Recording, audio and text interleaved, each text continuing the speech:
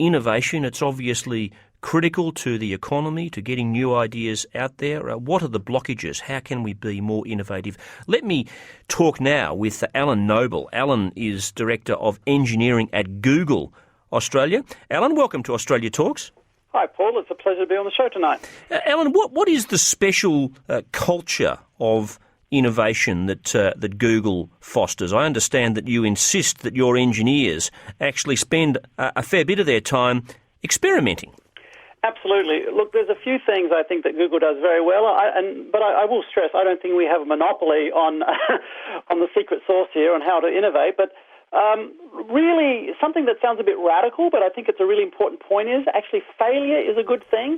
And you cannot truly innovate without taking risks, and you cannot take risks without the prospect of failure. So I think that tolerance for failure is something that Google really emphasizes. So you build that into your business model. You figure that if you want innovation, you have to accept failure, and you basically, you don't see it as necessarily a bad thing. Absolutely. Look, if you're not failing, you're not learning. You're also not staying agile. I mean, when your entire business is an online business like Google, the competition is never more than one click away. So it really is innovate or perish. And we do that by really encouraging people to take risks and basically get their products out quickly. If you're going to fail, though, fail fast, fail quickly, and then try again. I suppose the thing about innovation is people can be quite protective of their own ideas. How do you make your people comfortable with sharing ideas within the corporate culture at Google? Yeah, that's actually a really, really important point, actually, Paul, because unless you have a culture of openness and transparency, encourage employees to share their ideas, it's not going to work. So we really do stress the importance of kind of breaking down those silos, which unfortunately afflict many large companies. I think Google really, even though we're a large company now, we act like a small company, and we really stress small, agile teams. You'd be surprised to learn perhaps that the typical engineering team is only about 4 engineers. So that's kind of the unit of getting things done.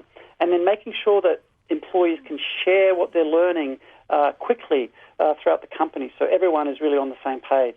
And Google fosters research that actually has nothing to do with its core business, is that right?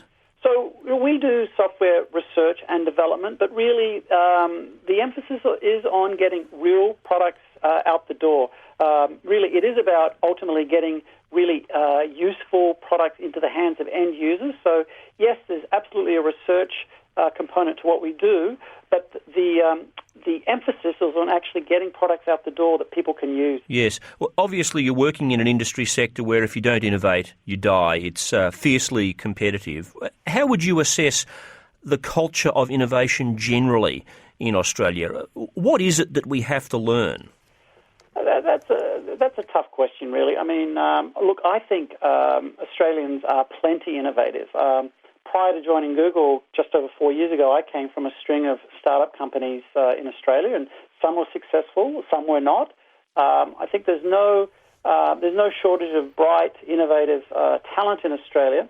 I would probably just say we have to, as a country, we have to perhaps have a greater tolerance for failure. The same thing that Google has really tried to, espouse internally. It's something I'd like to see more Australians actually embrace. You know, they had a go, they took a chance.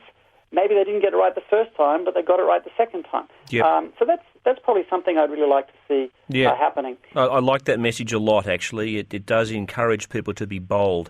Alan, great to talk to you. Alan Noble, the Head of Engineering at Google Australia. Let me